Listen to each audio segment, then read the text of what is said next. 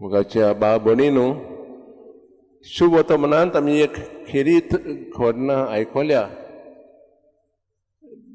एक समाटन वस्तरी जेजूशी येवन आपले धुवेक पासत पेकोवन दिवंक मागणें करता. त्या काळार जुदेवांचे आनी समातांचे पडून आसले. ते एकामेकाचे दुस्मान आसलेत कित्याक हो लोक कुड्ड्या देवाक नमस्कार करतालेत.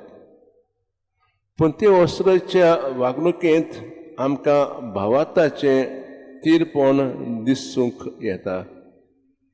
तिचो भावार्थ जेवचो आसलो देखून ती जेवची फाट सोडिना आनी तिचो भावार्थ पळोवन जेजू तिच्या धुवेक बरो करता.